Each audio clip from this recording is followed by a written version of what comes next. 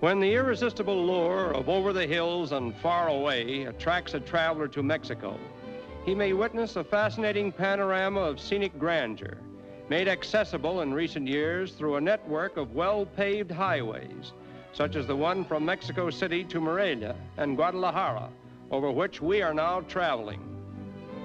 This modern road is known as the Pacific International Highway. It is over 400 miles in length, and it is planned to connect with the route from Nogales, Arizona, which will eventually run along the entire west coast of North America, providing motorists with the opportunity of witnessing new and enchanting vistas of scenic beauty.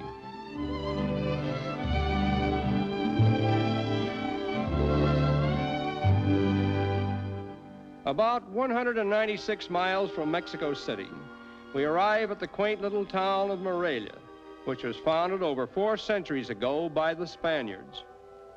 Aside from its antiquity, Morelia is noted for its rare orchids and numerous other varieties of flowers, beautiful examples of which adorn the colorful roof garden of one of the town's many fine hotels.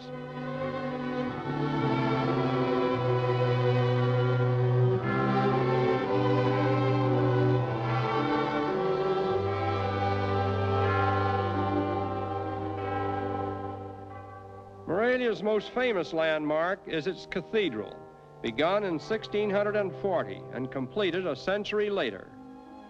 For 200 years, this magnificent structure has been standing here as a monument to the memory of the Spanish padres and the Indians who built it, as well as to the undying faith which inspired them. The government palace is another fine example of Spanish colonial architecture. It was formerly used as a seminary, but it now houses the state library and other government departments. This old Spanish aqueduct, built over 150 years ago, is still carrying water from the mountains to the town. Morelia is named in honor of General Morelos, the immortal Mexican patriot and liberator, of whom Napoleon is said to have remarked, "With 5 men like Morelos, I could conquer the world." Motoring back to Mexico City, we are again enthralled by the natural beauty of the countryside. The Mexican federal and state governments have recently inaugurated a most ambitious program of road construction. And within a few more years, roads like this may extend into some of the most remote parts of the land. Visible on a clear day from all angles in the vast valley of Mexico are the perpetually snow-clad volcanoes, Iztaccíhuatl, commonly known as the Sleeping Woman, because of the snowy outline of a reclining woman on its summit.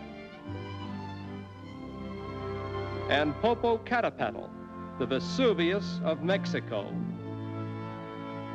The soldiers of Cortez discovered and extracted thousands of tons of excellent sulfur from Popo.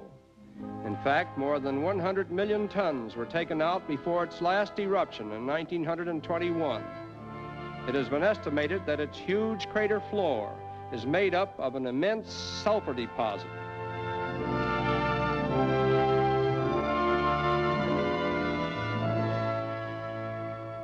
The strength of Mexico has always been in its natural resources, and the scars of the old silver mines that were carved in the hills of Tasco many centuries ago are silent reminders that this modest little town was once the leading silver-producing center of the Western Hemisphere.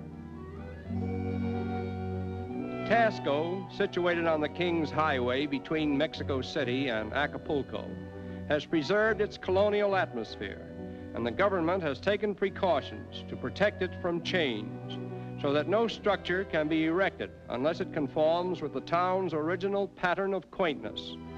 Because of this, Tasco has become an international rendezvous for artists. In the early part of the 18th century, a Frenchman named Laborda came to Tasco and made a fabulous fortune out of the silver mines, in gratitude for which he built this famous church, which has stood here as a tribute to his memory for almost 200 years. Just 6 hours over the King's Highway from Tasco, we arrive at Acapulco, the highlight of our motor trip. and before us stretches the broad expanse of the Pacific Ocean. In the remote days of Spanish colonial rule, Acapulco was the principal port on the Pacific. Cortez sailed his ships from this port to explore up and down the coast and far out into the Pacific. And Spanish galleons brought rich cargoes of Oriental furniture, silks, spices, and finery here in exchange for Mexico's highly coveted silver and gold. This winter playground, averaging over 3,000 hours of sunshine annually, is often referred to as the Mexican Riviera, its coastline resembling that of southern France. Acapulco's rocky but picturesque promontories provide unique locations for hotels and homes, as well as spectacular points from which the famous native divers may perform their daring feats.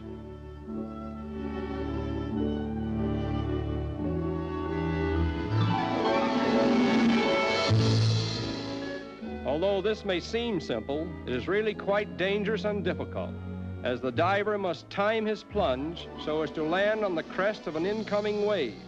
Otherwise, there would not be sufficient depth for him to clear the base of the cliff.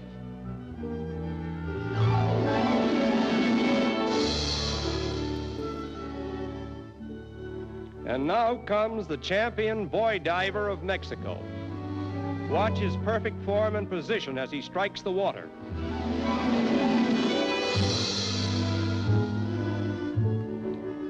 No cliff is too high for these fearless divers if the water is deep enough below, and here is a dive to prove it. Aside from diving, the cliffs of Acapulco also provide perfect settings for beautiful private homes, which are occupied by residents from all parts of the world.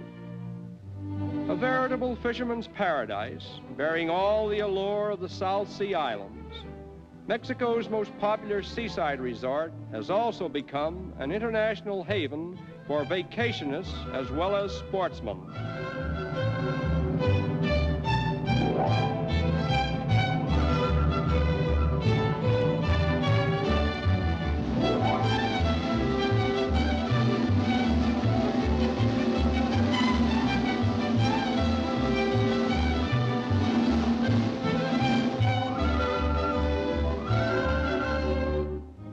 Endless stretches of beautiful beaches provide innumerable places to swim, and the temperature of the tropical ocean water varies but few degrees throughout the year.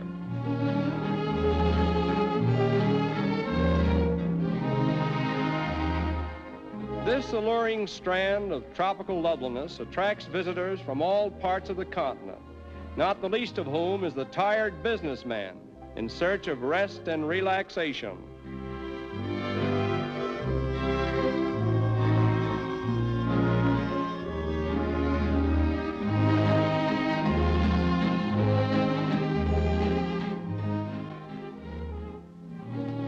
Here at the end of the King's Highway, we find peace and respite from the cares of a troubled world.